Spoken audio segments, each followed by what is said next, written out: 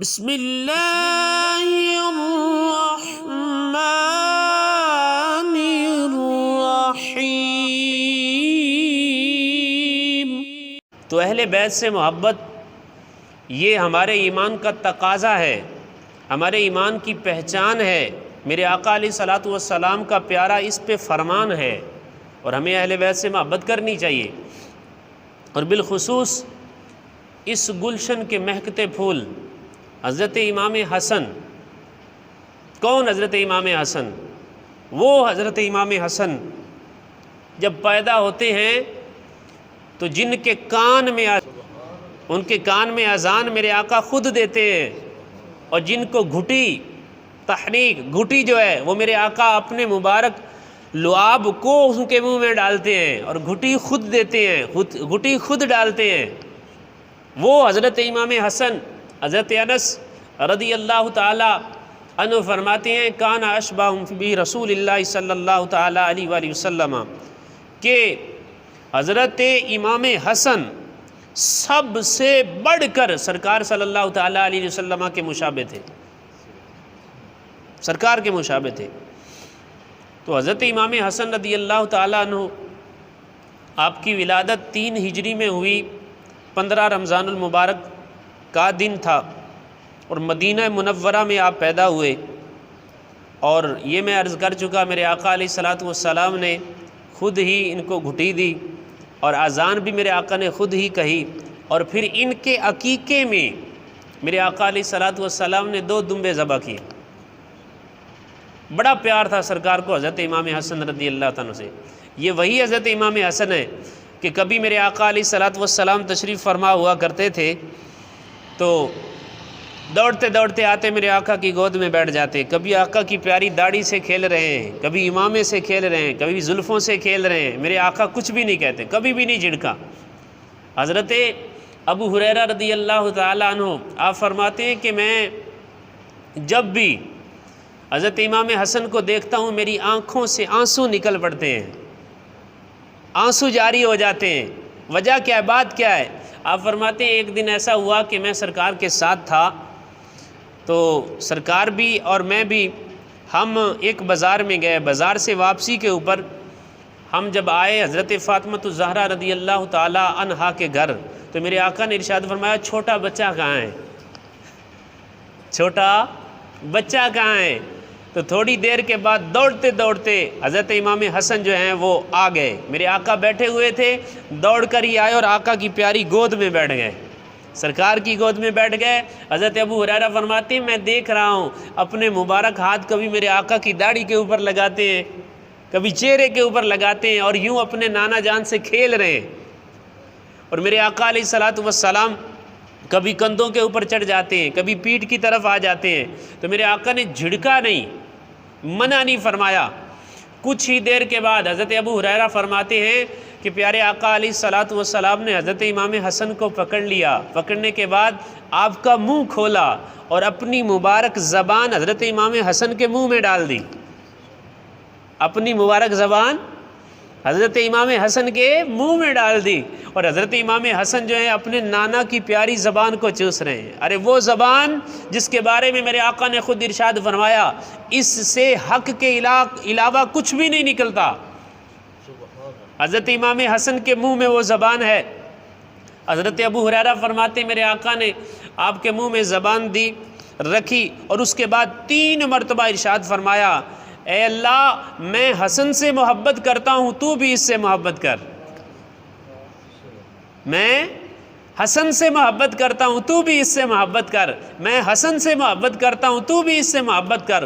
اور ایک روایت میں ایسا بھی آتا ہے میرے آقا علیہ الصلوۃ والسلام نے ارشاد فرمایا اے اللہ میں حسن سے محبت کرتا ہوں تو اس سے محبت کر، اور جو میرے حسن سے محبت کرے تو اس سے بھی محبت کر،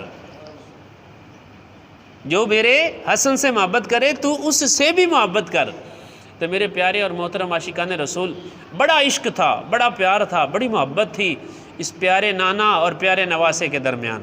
دیکھیں ایک مرتبہ کا ایسا واقعہ بھی ہوا کہ میرے آقا علیہ الصلوۃ والسلام نماز پڑھا رہے ہیں، نماز پڑھانے کے درمیان ہی چھوٹی عمر تھی حضرت امام حسن کی، چلتے چلتے آ گئے تو میرے آقا علیہ الصلوۃ والسلام سجدے میں کبھی اپنے پیارے نانا کی پیٹھ پہ چڑھ جاتے، کبھی گردن پہ آ جاتے.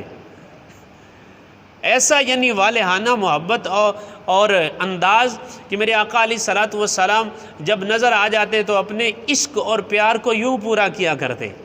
میرے آقا نے پیار سے اتارا، سائڈ پہ کیا، نماز مکمل ہوئی. نماز کے بعد صحابہ نے عرض کی، یا رسول اللہ صلی اللہ تعالیٰ علیہ وآلہ وسلم، آپ کو اس بچے سے اتنی محبت ہے، اتنا پیارا انداز ہے، نماز کے درمیان بھی ایسا محبت کا انداز. تو میرے آقا علیہ الصلوۃ والسلام نے اپنے پہلو میں لیا ہوا تھا، فرمایا یہ میرا بیٹا سید ہے، یہ میرا بیٹا سید ہے، یہ سردار ہے. اور اللہ کی رحمت سے میرے آقا نے ارشاد فرمایا کہ 2 مسلمان گروہوں کے درمیان میرا یہ بیٹا صلح کروائے گا. اور تاریخ جانتی ہے کہ خلافت راشدہ کا جو سلسلہ ہے، خلافت راشدہ میں 6 ماہ حضرت امام حسن کے بھی شامل ہیں. جو 6 ماہ کم و بیش آپ خلیفہ رہے وہ بھی خلافت راشدہ میں شامل ہیں. تو اس کے بعد جب حضرت امیر معاویہ اور آپ کا یہ معاملہ بنا تو آپ نے صلح کی طرف قدم بڑھایا. ظاہر سی بات ہے آپ کے چاہنے والے بھی تھے، حضرت امیر معاویہ کے بھی چاہنے والے تھے. اگر یہ 2 مسلمان گروہوں کے درمیان جنگ ہوتی، کتنی ہی مسلمان خواتین جو ہیں وہ بیوہ ہو جاتی، کتنے ہی مسلمان بچے جو ہیں وہ یتیم ہو جاتے، بچیاں یتیم ہو جاتی. لیکن آپ نے صلح کی طرف قدم بڑھایا اور آپ نے حضرت سیدنا امیر معاویہ رضی اللہ تعالی عنہ کے ہاتھ کے اوپر بیعت کر لی. تو یوں یہ میرے آقا کا فرمان ثابت ہوا. میرے آقا نے ارشاد فرمایا کہ میرا بیٹا 2 مسلمانوں کے گروہ کے درمیان صلح کروائے گا. تو حضرت امام حسن رضی اللہ تعالیٰ عنہ، آپ کے کا جو نام ہے وہ حسن ہے، کنیت ابو محمد ہے، اور القاب سید ہیں، تقی ہے، سبت رسول ہے، سبت اکبر ہے، ریحانت الرسول ہے، راکب دوش مصطفیٰ، یعنی میرے آقا علیہ الصلوۃ والسلام کے کندھوں کے اوپر سواری کرنے والے، ریحانت الرسول، میرے آقا صلی اللہ تعالیٰ علیہ وآلہ وسلم کے مبارک پھول. میرے آقا نے خود ارشاد فرمایا، ہما ریحانتایا من الدنیا، کہ حضرت امام حسن اور حضرت امام حسین یہ دنیا میں دونوں میرے پھول ہیں، یہ دنیا میں میرے دونوں پھول ہیں. یہ جو آپ کا لقب ہے نا راکب دوش مصطفیٰ، اس کے پیچھے ایک روایت موجود ہے کہ ایک دفعہ میرے آقا علیہ الصلوۃ والسلام گھر سے نکلے تو کندھوں کے اوپر حضرت امام حسن تشریف فرما تھے، تو کندھوں کے اوپر اٹھایا ہوا تھا. یہ بھی ایک پیار کا انداز ہے. آج کل آپ نے بھی دیکھا ہوگا کئی نواسوں کی اور نانا کی، دادا کی آپس میں بڑی محبت ہوتی ہے. اس محبت کا اظہار یوں بھی کرتے ہیں کہ وہ کندھوں کے اوپر بٹھا لیتے ہیں، والدین بٹھا لیتے ہیں. تو بہرحال میرے آقا علیہ الصلوۃ والسلام نے حضرت امام حسن کو اپنے کندھوں کے اوپر بٹھایا ہوا تھا. جیسے باہر تشریف لے کر آئے میرے آقا علیہ الصلوۃ والسلام، کسی دیکھنے والے نے کیا کہا کہ نعم المرکب رکبت یا غلام، اے صاحبزادے تیری سواری کتنی اچھی ہے، تیری سواری کتنی اچھی ہے. اتنا ہی سننا تھا تو میرے آقا نے پتہ کیا ارشاد فرمایا، نعم الراکب ہوا، یہ تو دیکھو کہ سوار کتنا اچھا ہے. سواری اچھی ہے اور یہ بھی دیکھو کہ سوار کتنا اچھا ہے. اور سوار کون تھے؟ حضرت امام حسن مجتبی رضی اللہ تعالی عنہ. تو محترم اور محتشم عاشقان رسول، پھر صحابہ آپس میں بھی جب ہوا کرتے تھے اہل بیت سے بڑی محبت کیا کرتے تھے. ایک واقعہ ایسا بھی آتا ہے کہ ایک مرتبہ حضرت ابوبکر صدیق اور حضرت علی المرتضیٰ اور چند صحابہ اور تھے، بازار میں جا رہے تھے. تو آگے اس بازار کے اندر حضرت امام حسن اور کچھ بچے کھیل رہے تھے. تو حضرت ابوبکر صدیق رضی اللہ تعالیٰ عنہ نے حضرت امام حسن کو اٹھا لیا، اپنے کندھوں پہ بٹھا لیا. اور پتہ کیا کہتے ہیں کہ میرے ماں باپ تم پہ فدا ہوں کہ تم علی جیسے نہیں ہو، تم میرے آقا جیسے ہو، تم اپنے باپ جیسے نہیں ہو، میرے آقا جیسے ہو. جب آپ نے یہ فرمایا، حضرت ابوبکر صدیق رضی اللہ تعالیٰ نے یہ فرمایا، تو حضرت علی المرتضیٰ شیر خدا کرم اللہ تعالی وجہ الکریم آپ سن کے مسکرا رہے تھے، ہنس رہے تھے. تو ایسا انداز صحابہ کا بھی آپس میں اور اہل بیت سے محبت کا نرالا انداز. دیکھیں کہ خلیفہ وقت تمام انبیاء اور رسول کے بعد سب سے افضل ترین شخصیت حضرت ابوبکر صدیق رضی اللہ تعالیٰ عنہ کی ہے، اور آپ بھی اہل بیت سے کیسی محبت کا اظہار کرتے ہیں.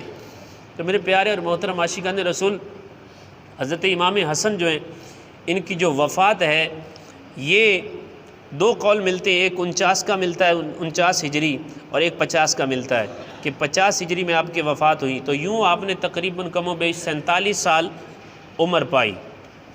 آپ کثیر التزوج تھے، بہت زیادہ نکاح کرنے والے، بہت زیادہ بیویوں والے. اچھا، اور اس کے ساتھ ساتھ آپ کی عبادت کا بڑا پیارا انداز تھا، تہجد گزار، قرآن پڑھنے والے.